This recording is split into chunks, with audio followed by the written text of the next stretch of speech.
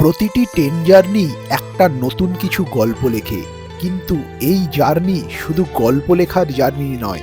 এই জার্নি আবেগ, ভালোবাসা, শ্রদ্ধা, ভক্তি আরও অনেক কিছু। বলে নাকি মহাকালের ডাক এলে কেউ বাড়িতে বসে থাকতে পারে না। এই রকমই মহাকালের ডাকে আমরাও বেরিয়ে পড়েছিলাম ঠিক দোলের আগের দিন। আমাদের যাত্রা ছিল শিপ্রা এক্সপ্রেসে করে হাওড়া থেকে উজ্জয়ন পর্যন্ত। আগামী দিনে আপনারা যারা উজ্জয়ন বা মধ্যপ্রদেশের পশ্চিমভাগ যেতে চাইছেন, তাদের জন্য এই ভিডিওটা একান্তই উপযোগী। আপনারা কিভাবে উজ্জয়ন গিয়ে মহাকালেশ্বর, ওমকারেশ্বর, ইন্দোর, মান্ডু, মহেশ্বর এই সবগুলি একেবারে ঘুরবেন, তাদের জন্য আমি প্রত্যেকটা পার্টে ভিডিওগুলো আনবো। তাই প্রত্যেকটি পর্ব আপনাদের দেখার জন্য একান্ত অনুরোধ রইল। দোলের আগের দিন আমরা পৌঁছে গেছিলাম হাওড়া স্টেশনে। দেখুন হাওড়া স্টেশনটাকে কি সুন্দর সাজিয়েছে। যাই হোক, কথা আর বেশি বাড়াবো না। আজকে রইল প্রথম পর্ব শিপ্রা এক্সপ্রেস। হাওড়া স্টেশনে অনেকক্ষণ আগেই এসে পৌঁছে গেছি, আর প্ল্যাটফর্ম নাম্বার 8-এ দিয়ে দিয়েছে 22912 শিপ্রা এক্সপ্রেস। ভিডিও থাম্বনেল দেখে আপনারা বুঝতে পেরে গেছেন আজকে শিপ্রা এক্সপ্রেসের জার্নি হতে চলেছে। এই ট্রেনটি হাওড়া থেকে ছেড়ে যায় ইন্দোর অবধি, কিন্তু আমি যাত্রা করব উজ্জয়ন পর্যন্ত।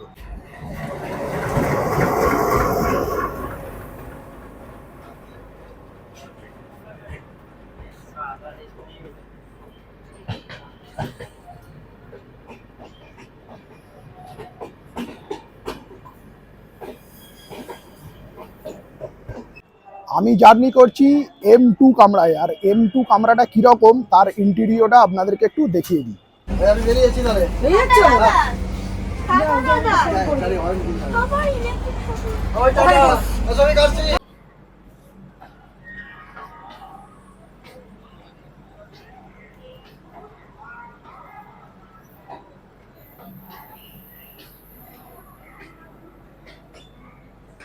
আর এই শিপ্রা এক্সপ্রেস কিন্তু হাওড়া থেকে সোমবার, বৃহস্পতিবার আর শনিবার ঠিক বিকাল 5:45 ছেড়ে ইন্দোর গিয়ে পৌঁছায় তৃতীয় দিন রাত্রির 12:15, আর উজ্জয়ন গিয়ে পৌঁছয় 9:55। এখানে রিডিং লাইট, চার্জিং পয়েন্ট, নিচেতেও একটা রিডিং লাইট আছে। এই হচ্ছে একটা আয়না। ঘড়ির কাঁটায় 5:45, নির্ধারিত সময়ের একদম টাইমে ছেড়ে দিল শিপ্রা এক্সপ্রেস। হাওড়া ছেড়ে যাওয়ার এর পরবর্তী স্টেশন হচ্ছে বর্ধমান, আর হাওড়া থেকে বর্ধমান অবধি এই ট্রেন ননস্টপ যাবে 93 কিলোমিটার।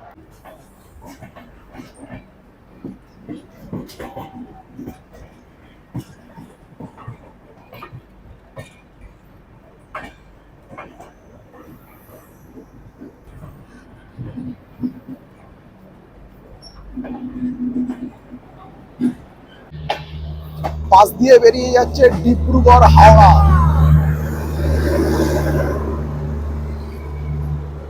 ওয়াপ 7। এই শিপ্রা এক্সপ্রেস টোটাল হচ্ছে 22 কোচের ট্রেন। প্রথমে আছে SLRD, তারপরে আছে দুটো জেনারেল, তারপরে S1 থেকে S6।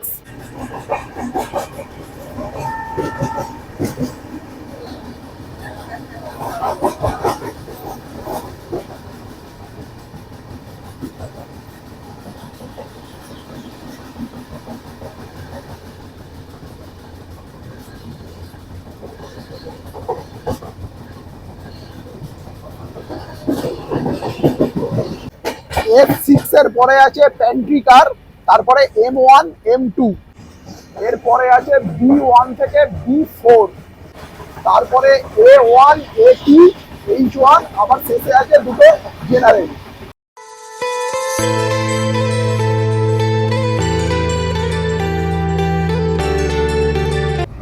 ট্রেন জার্নি তো যেরকম হচ্ছে এর মাঝখানে হয়ে গেল হালকা করে ইভিনিং স্ন্যাক্স।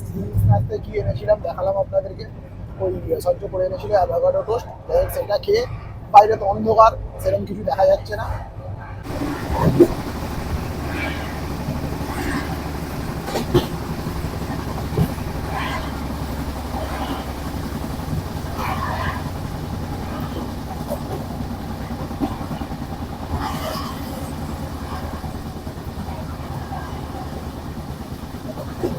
এই ট্রেনের ফেয়ার কিন্তু ডাইনামিক ফেয়ার। ট্রেনের ফেয়ার কত আমি স্ক্রিনে দিয়ে দিচ্ছি, আপনারা একটু দেখে নিন, বা ডেসক্রিপশন বক্সও থাকছে, সেখান থেকেও আপনারা চাইলে দেখে নিতে পারেন। এই সবে বাথরুমে গেছিলাম, বাথরুম থেকে চলে এলাম। বাথরুম খুবই অপরিষ্কার, খুবই অপরিষ্কার, তাই আর দেখালাম। আমাদের ট্রেন কত কিমি গতিতে ছুটছে দেখুন একবার।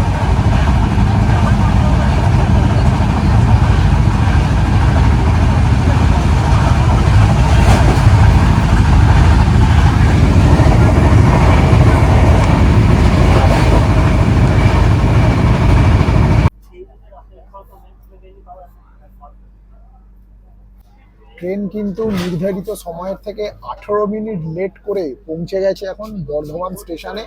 আর বর্ধমান স্টেশনের এটা হচ্ছে 1 নম্বর হাওড়া থেকে আমরা মোটামুটি 93 কিলোমিটারের যাত্রা কমপ্লিট করে ফেলেছি। আর এখানে তো মোটামুটি 18 মিনিট লেট করে ঢুকিয়েছে।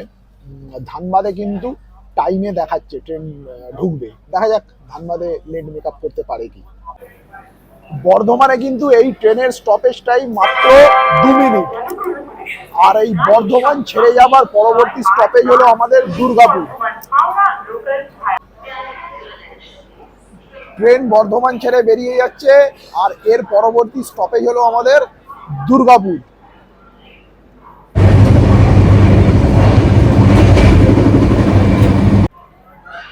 নির্ধারিত সময়ের থেকে আধ ঘন্টা ট্রেন লেট করে এখন এসে পৌঁছেছে দুর্গাপুর। আর দুর্গাপুরের এটা 3 নম্বর প্ল্যাটফর্ম। হাওড়া থেকে আমরা এই দুর্গাপুর পর্যন্ত প্রায় 156 কিলোমিটারের যাত্রা অতিক্রম করেছি। সবুজ সিগন্যাল হয়ে গেছে, ট্রেন ছেড়ে দিল দুর্গাপুর। দুর্গাপুর ছেড়ে যাওয়ার পরবর্তী স্টপেজ হচ্ছে আসানসোল।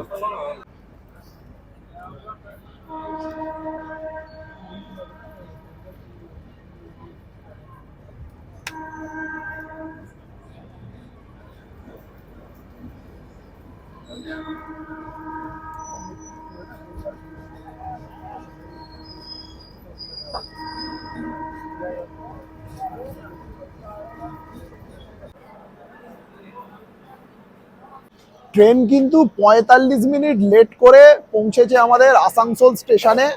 আর এই আসানসোল স্টেশনে হল টাইম হচ্ছে 5 মিনিট। আর আমরা হাওড়া থেকে 199 কিলোমিটারের যাত্রা অতিক্রম করেছি। আর এই আসানসোল ছেড়ে যাওয়ার পরবর্তী স্টপেজ হচ্ছে ধানবাদ। দেখা যাক ধানবাদে রাইট টাইমে ঢোকে কিনা।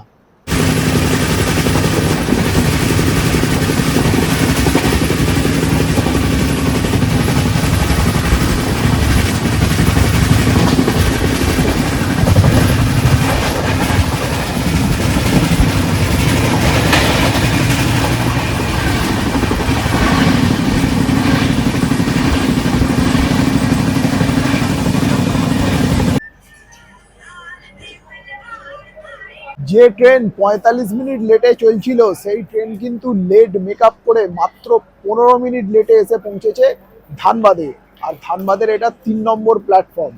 আর আমরা হাওড়া থেকে 257 কিলোমিটারের যাত্রা অতিক্রম করে ফেলেছি। ধানবাদে কিন্তু এই ট্রেনের হল টাইম 5 মিনিট। ধানবাদ ছেড়ে যাওয়ার পরবর্তী স্টপেজ হচ্ছে গোমো জংশন। আর ওই পারে দাঁড়িয়ে আছে দুমকা এক্সপ্রেস।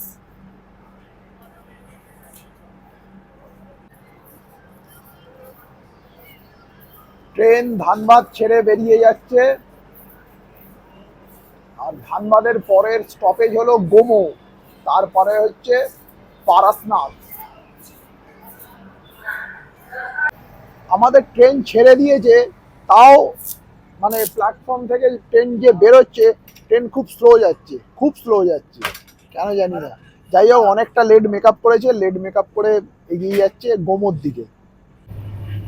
গুড মর্নিং, আজকে 3রা মার্চ 2026। আমাদের সিপ্রা এক্সপ্রেস ঝাড়খণ্ড রাজ্যের বর্ডার ক্রস করে এখন ইউপি দিয়ে যাচ্ছে। যে ট্রেন কালকে 45 মিনিট লেটে চলছিল, সেই ট্রেন কিন্তু আজকে রাইট টাইমে চলছে এখনো পর্যন্ত। ট্রেনের গতি কত দেখাচ্ছি আপনাদের। সিপ্রা এক্সপ্রেস ছুটে চলেছে 126 কিমি/আওয়ার, 127, 128, 130 ছুঁই ছুঁই। দুর্দান্ত গতি নিয়ে ছুটছে, দুর্দান্ত গতি। কিন্তু কালকে রাত্রে খুব একটা ভালো হয়নি। তার কারণ হচ্ছে আমার পেছনে এই যে গেটটি দেখছেন, এটা সদা সর্বদা খোলা। সদা সর্বদা খোলা। আর গেটের পাশেই আমার সাইড দেওয়া।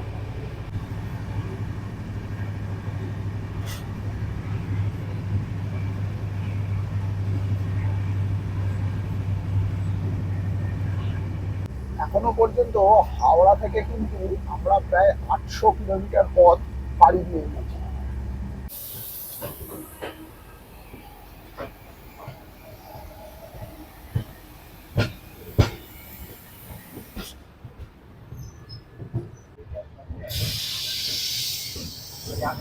হাওড়া থেকে ট্রেন এখন এসে পৌঁছে গেছে প্রয়াগরাজ চৌকি। আর আমরা হাওড়া থেকে প্রায় 805 কিলোমিটারের যাত্রা অতিক্রম করে ফেলেছি। প্রয়াগরাজ ছেড়ে যাবার আমাদের পরবর্তী স্টপেজ হচ্ছে শঙ্খগড়। আর শঙ্খগড় পর্যন্ত আমাদের এই ট্রেন নন স্টপ চলবে 38 কিলোমিটার।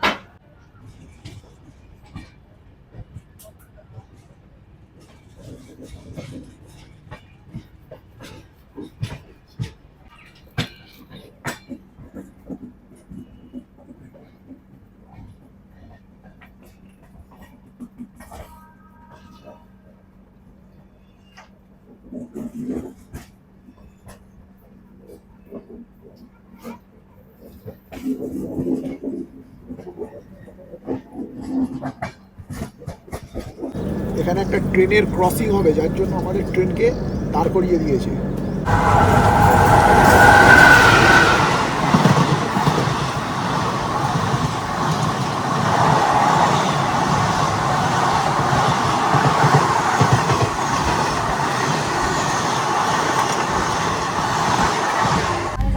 ট্রেন এসে এখন পৌঁছেছে শঙ্খগড়ে। এই শঙ্খগড়ে কিন্তু ট্রেন প্রায় 33 মিনিট লেটে পৌঁছেছে।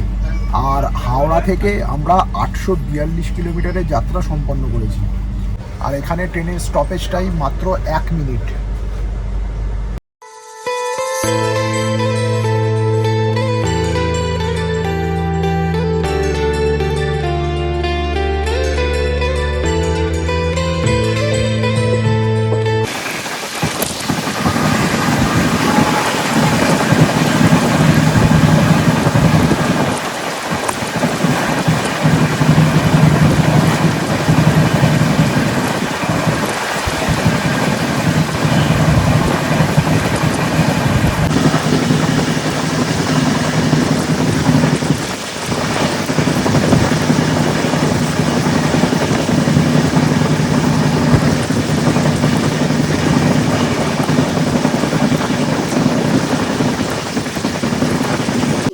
ট্রেন কিন্তু 897 কিলোমিটার যাত্রা পথ অতিক্রম করে এখন এসে পৌঁছে গেছে মানিকপুর জংশনে। আর মানিকপুর জংশনের এটা 1 নম্বর প্ল্যাটফর্ম। এখানে কিন্তু ট্রেনের স্টপেজ টাইম হচ্ছে 5 মিনিট। দেখা যাক ট্রেন টাইমে ছাড়ে কিনা। মানিকপুর জংশন ছেড়ে ট্রেন বেরিয়ে যাচ্ছে। আর এর পরবর্তী স্টপেজ হচ্ছে সাতনা।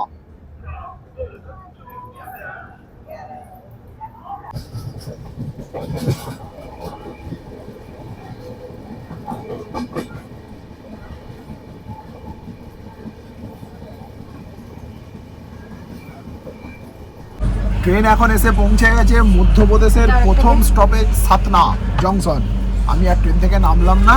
যাই হোক, এখানে হল টাইম হচ্ছে 5 মিনিট। আর ট্রেন কিন্তু সাতনাতে 14 থেকে 15 মিনিট লেট করে ঢুকেছে। ট্রেন এখন এসে পৌঁছেছে কাটনি মারোয়া জংশনে।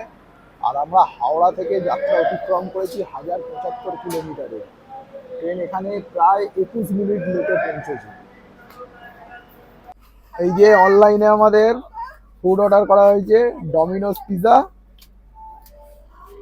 একটা এক থালি অর্ডার করা হয়েছে।